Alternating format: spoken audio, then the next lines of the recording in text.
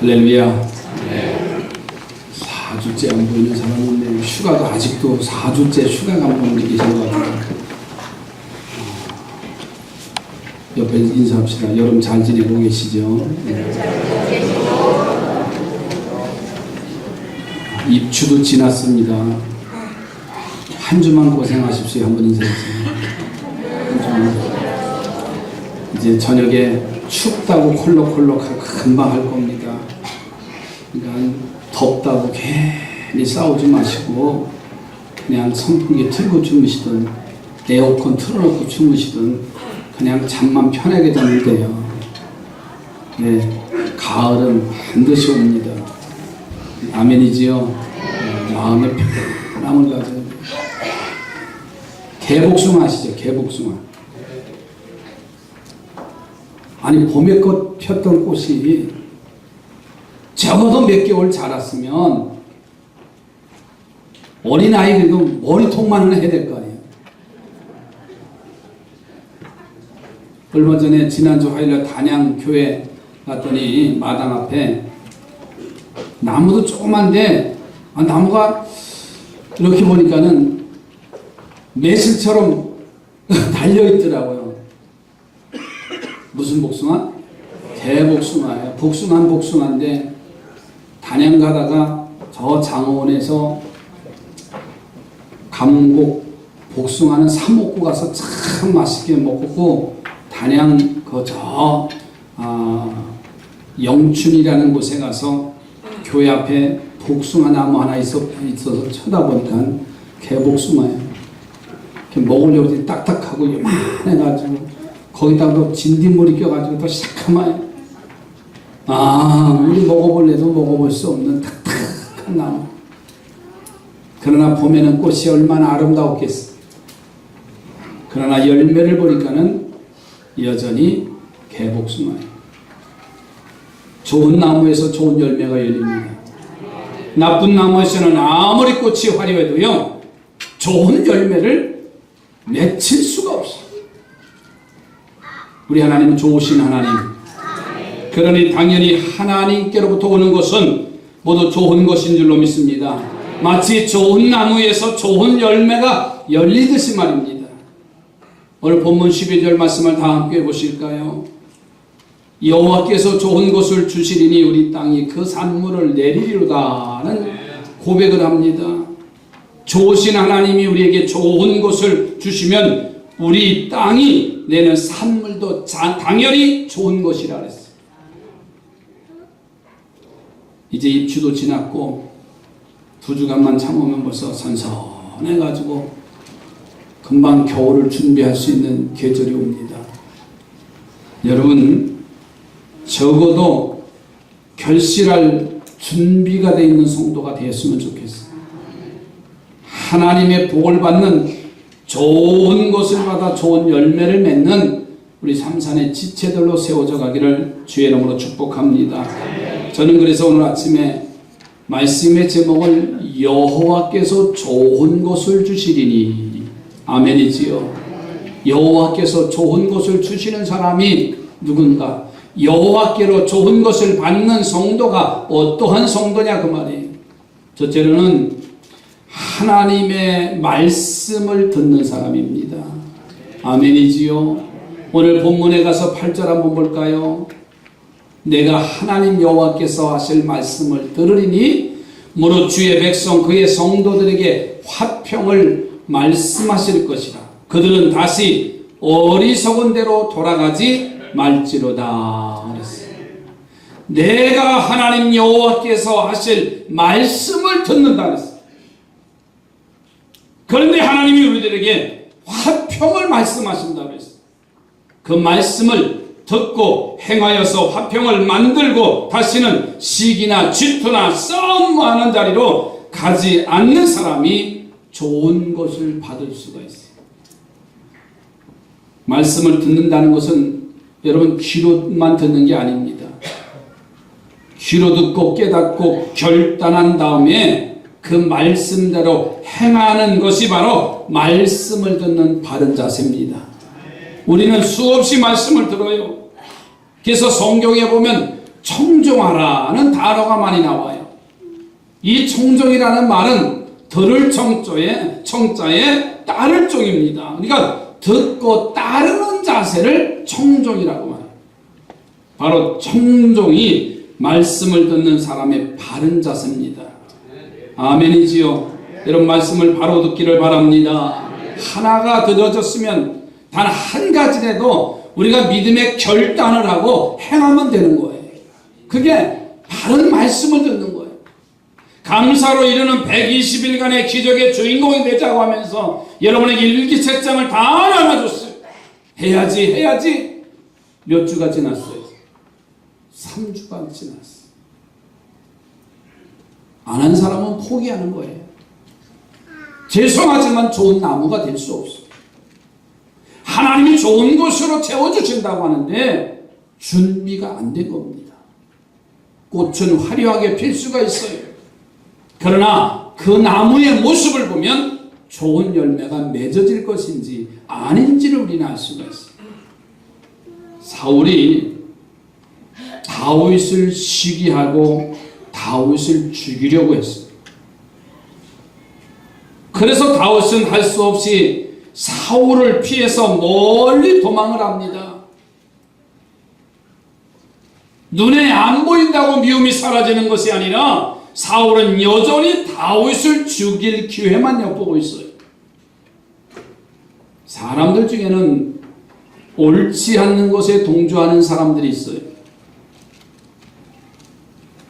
나라를 구한 다윗을 죽이려는 것이 옳지 않는 줄을 알면서도 사울 왕에게 잘 보이려고 아부하고 고자질하는 사람이 있어.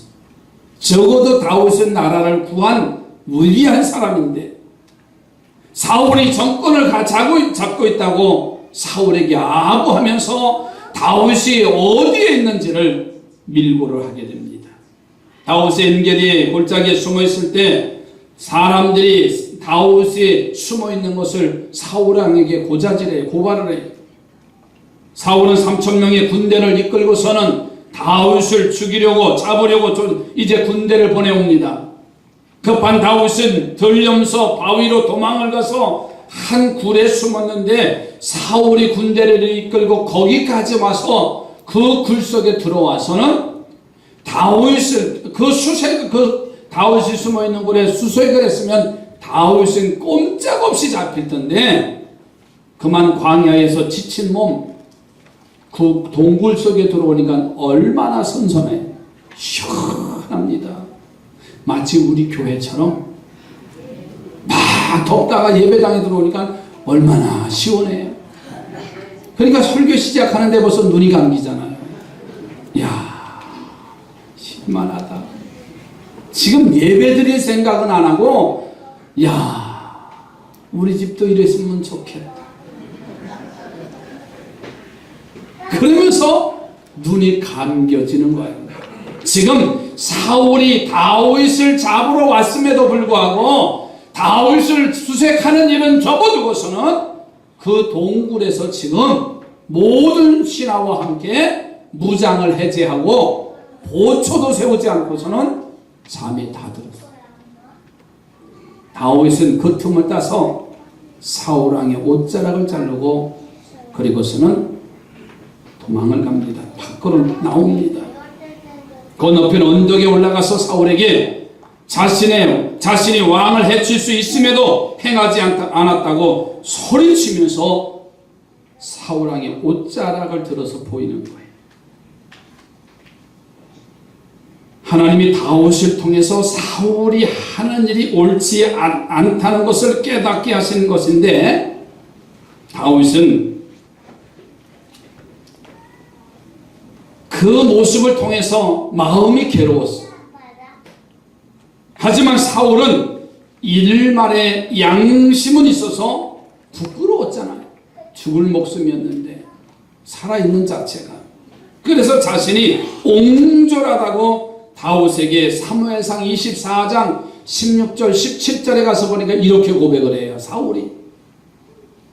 다윗이 사울에게 이같이 말하기를 마침에 사울이 이르되 내 아들 다윗아 이것이 내 목소리냐 하고 소리를 높여 울며 다윗에게 말합니다. 나는 너를 학대하되 너는 나를 선대하니 너는 나보다 의롭도다. 그리고서는 네가 반드시 왕이 될 것이니 내가 아닌 네가 왕이 되거든 우리 가문의 후손을 끊지 않겠다고 약속을 하라고 하면서 이 사울왕이 왕궁으로 돌아갑니다.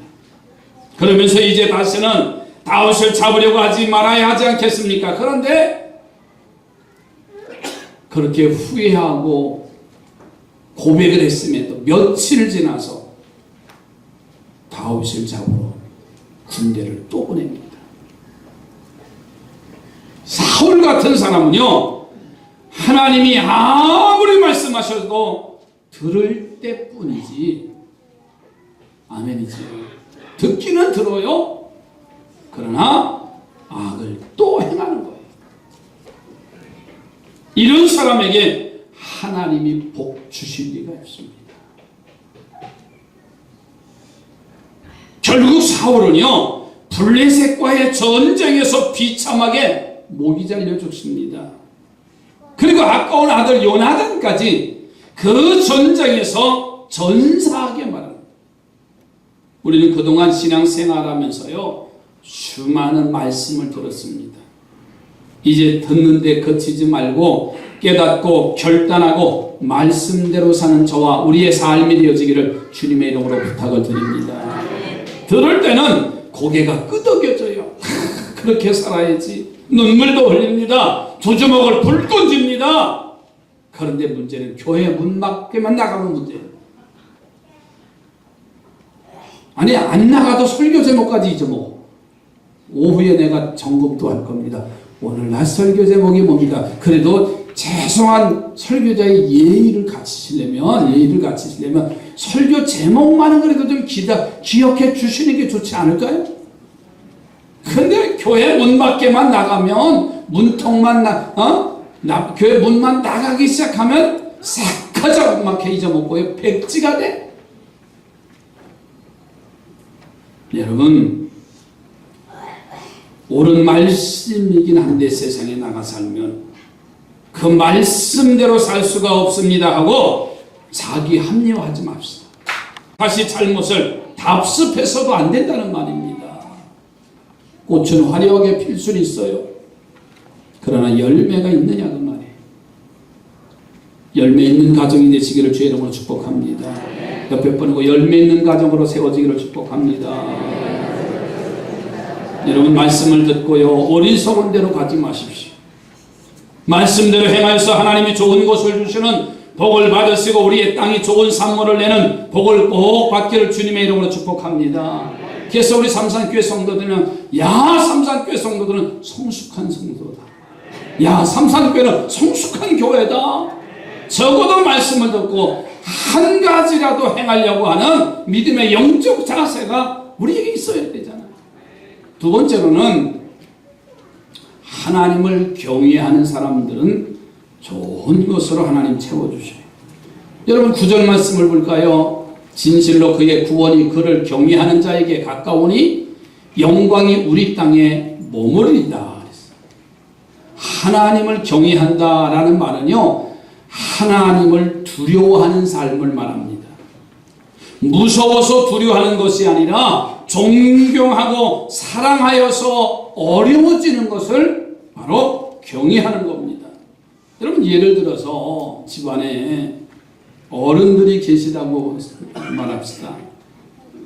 아버님이나 할아버지가 집안에 같이 살 때 며느리가 밥을 해서 풀 때 제일 먼저 누구 밥을 퍼요? 시어른, 시아버지 어른 밥을 제일 먼저 풉니다. 하기야 요즘은 퍼잡수세요. 막 그러는지도 몰라요. 그러나 뭐 그런 가정은 없지요. 제일 어른의 밥을 했으면은 거기다 요즘처럼 강낭콩도 넣고 또 맛있는 아주 영양밥을 탁 해서, 그리고서는 그 더운데 찬밥만 먹는 게 요즘 제일 그냥 찬물에 찬밥 말아 먹는 게 제일 요즘 편한데 왜 여자들을 고생시키면서 우리는 밥을 해달라고 하고 밥을 먹어야 되는지. 근데 어른들의 밥을 꼭 새로 밥을 해서 제일 먼저 떠드려요. 제일 먼저 떠드리는 밥이 제일 맛있는 밥이에요? 예? 아니지요. 제일 맛있는 밥은 누러있는 누룽지예요. 그런데 내 집안의 어른에 제일 먼저 밥을 퍼서 상에 올려드립니다. 이 말은요, 존경한다는 뜻입니다. 할렐루야. 적어도 어른들을 알 수 있는 섬기는 그런 믿음의 자세. 마찬가지로요, 우리가 하나님을 경외한다는 것은 언제나 하나님 제일 우선으로 사는 삶을, 하나님을 경외하는 삶을 사는 거예요. 우선 우리가 주일 성수하는 게 그렇잖아요. 주일은 일주일 중에 제일 첫 번째 날입니다. 달력보세요. 월, 화, 수, 목, 금, 토, 일 그렇게 되어 있어요? 아니면 일, 월, 화, 수, 목, 금, 토 이렇게 되어 있어요? 근데 왜 주일 범해요? 주일날은 공휴일이에요? 노는 날이에요? 아닙니다. 하나님의 날이에요. 하나님의 날이기 때문에 먼저 우리가 하나님 앞에 온전한 예배로 주일 성수하고 그리고 하나님을 바로 경외하는 영적인 자세를 우리가 갖게 하나님이 훈련시켜 주셨어요. 옆에 분하고 주일 성수 잘 하십시다. 하나님을 경외하는 일입니다. 적어도 집안에서 어른의 밥을 제일 먼저 뜨는 것처럼요, 하나님의 날 주일날 먼저 하나님 앞에 시간을 11조 생활하는 사람들 보면 최연아 집사님이라고 몇 번째가 말씀을 드렸는데 그 집사님은 제가 잊혀지질 않아요. 집사가 신앙생활하고 이제 집사님이 되면서 제가 권면을 했습니다. 적어도 집사님이 되면 11조 생활을 하셔야 됩니다. 대답은 했어요. 그리고서 시행을 합니다. 근데 이분은 어떤 성격이냐면 아주 정확하신 분이에요. 깔끔한 분입니다. 하나, 둘, 가계부를 쓸 정도로 의료비, 또 교육비 다 지출이 항목이 다 떼어져 있어요. 근데 신앙생활하면서 이제 믿음이 들어가니까 11조를 하라고 하니까는 대답은 하고 11조를 띄어서 드렸더니 그 다음 달에 쫓아왔어. 목사님 왜 없더니 따져야 된대. 11조 하면 복 받는다며. 아 그렇지요. 그랬더니 이렇게 말하면 저게 잊혀지질 않아요. 지금까지 제가 콩나물 하나 외상으로 사 먹지 않았던 사람인데 11조 하고 나니까는 슈퍼에 가서 콩나물을 외상으로 사 먹었습니다. 이게 되는 말입니까? 당연하지요. 왜? 100만 원이면 100만 원 된 거 정확히 가게 지출을 써놓고 하니까는 마이너스가 될 수밖에 없잖아요. 거기서 11조를 냈으니. 그런데 이분은 너무 깔끔하게 살다 보니까는 의료비가 지출되는 게 많았어요. 그게 뭐냐? 정신과를 다녔어요. 너무 힘들어 스트레스를 많이 받아서 병원 지출비가 상당히 많았습니다. 한 달, 두 달, 3개월째 되니까 저를 찾아왔어요. 목사님, 잘했지요? 왜요? 하나님이요, 저의 질병도 고쳐주셨어요. 병원에 다니던 의료비를 지출하지 않으니까 거기서 11조가 딱 떨어지더래요. 그리고 하는 말, 우리 남편이 직장에서 진급했어요. 여러분, 진급하면 월급이 올라요, 안 올라요? 올랐다는 거예요. 그러니까 마이너스 인생인 것 같은데 하나님의 것을 먼저 우선 하나님의 것을 이제 드려주고 나면 하나님은 정확하신 하나님, 하나님은 채워주시는 하나님, 여러분 11조 생활 잘하셔서 하나님을 경외하는 삶을 사시기 바랍니다. 이렇게 우리가 하나님을 경외하고 하나님의 영광이 우리 땅에 머무른다고 9절에 분명하게 말씀하셨어요. 하나님의 영광이 우리 가정에 우리 산업에 임하니 당연히 좋은 것이 생겨나게 될 줄로 믿습니다. 이제 이 말씀을 들으시고 철저하게 하나님을 경외하는 삶을 사셔서 좋은 것을 주시는 하나님의 복을 누렸으면 좋겠어요. 꽃만 화려한 꽃이 아니라 내 삶의 구석구석에 좋은 열매로 나타나는, 그래서 필요한 곳에 채워지고 필요한 곳에 쓰임받는 하나님의 사람으로 세워지기를 바랍니다. 예전에 딸을 가진 한 부부가 있었습니다. 아주 신실한 믿음을 가지셨는데 그런데 이 딸이 그만 천연두에 걸렸어요. 요즘 말 옛날 말 마마지요. 얼굴에 곰보가 생기는 거. 그래서 옛날에는 천연두가 걸리면 많은 어린아이들이 생명을 잃었답니다. 그래서 하나님 앞에 이 부부가 간절히 기도했어요. 어려운 형편인데도 정성을 다해서 하나님 앞에 헌금을 드리면서 기도합니다. 이 부부의 경외의 신앙을 받으시고 하나님께서 딸을 기적적으로 살려주셨어요. 그런데 문제는 이 딸아이의 얼굴에 흔적이 남아있는 거예요. 뭐죠? 천연두가 왔다 가면은요, 반드시 얼굴에 몸에 흔적이 있습니다. 그냥 쉽게 표현하세요. 곰보. 그죠? 참 많이 얼굴 분들이 많았어요. 소녀가 자라면서 자신의 얼굴에 이제 상처가 많으니까 심한 열등감을 가진 거예요. 거울을 보면 볼수록 울고 좌절합니다. 이 아이가 성숙하면 성숙할수록 이제 성장하면 점점 좌절합니다. 어느 날 어머니가 사랑하는 딸을 붙잡아 놓고 이렇게 이야기합니다. 얘야, 내가 어렸을 때 우리 동네에 3명이 동시에 천연두에 걸렸는데 우리가 간절히 하나님 앞에 기도해서 내 또래 2 친구는 죽었지만 너는 하나님이 살려주셨단다. 그러니까 내 얼굴에 있는 이 마마 자국은 부끄러운 자국이 아니라 하나님의 은혜의 자국이고 너를 사랑한다는 사랑의 흔적이고 하나님의 축복의 자국이란다. 그러니 슬퍼하지 말고 감사하며 살고 기쁘게 살기를 이 엄마가 부탁한단다. 그러면 하나님이 너에게 더 큰 축복을 하실 것이다. 이 딸이 그 말을 듣고 그때부터 자신의 흉터를 부끄러워하지 않았어. 하나님이 자신을 살려주신 은혜라고 간증하며 그가 삽니다. 그때부터 매사에 적극적인 사람이 되고 공부도 열심히 해서 미국에 유학을 가게 됐어요. 그리고 그곳에서 좋은 사람을 만나서 결혼을 합니다. 근데 그분이 목사님이 되셨어요. 이 소년 누가 됐어요? 사모님이 되셨어요. 좋은 목사님 만나서 훌륭한 삶으로 섬기는 교회가 미국의 뉴욕에 제일 큰 퀸즈 한인교회를 이뤘습니다. 지금은 그 목사님이 한진간 목사님, 원로 목사님 한 80이 넘으셨을 거예요.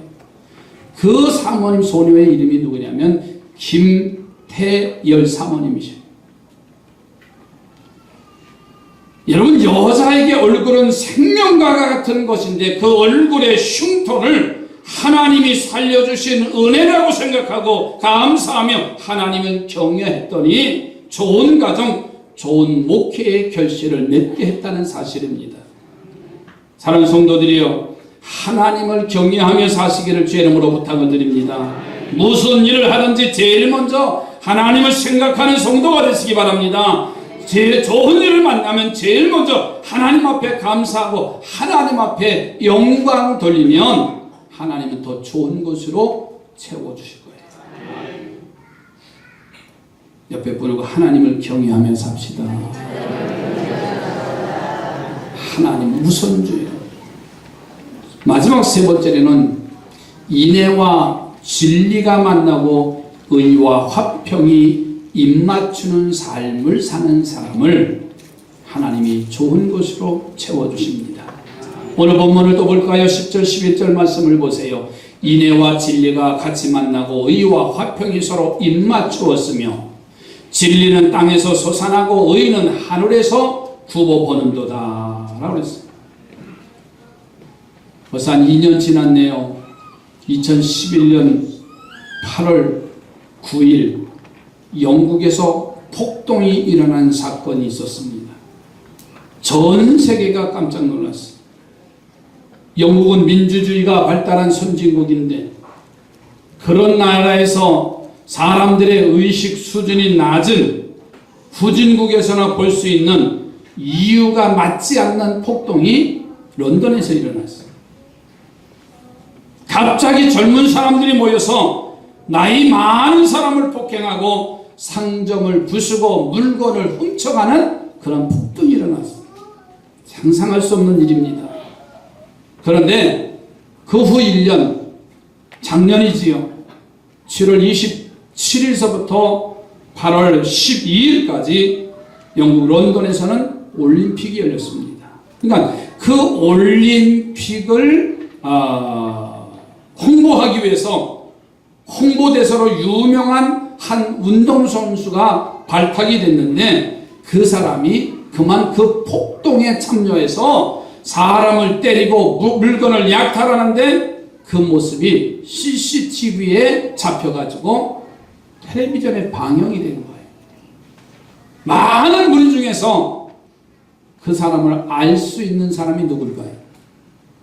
그를 아는 가족이라든가 친구라든가. 여러분 텔레비 보다가 많이 어서 아는 친구네? 우리는 그냥 아예 몇 사람 중에 그냥 이제 시민이겠지 하지만 아는 사람들은 정확히 저 사람은 누구야?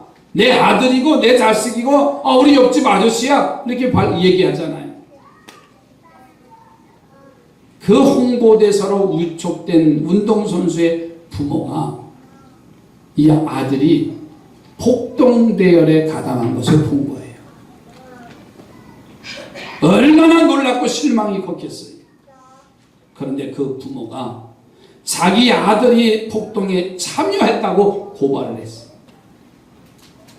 나중에 발각될 수도 있지만 안 될 수도 있는 상황이잖아요.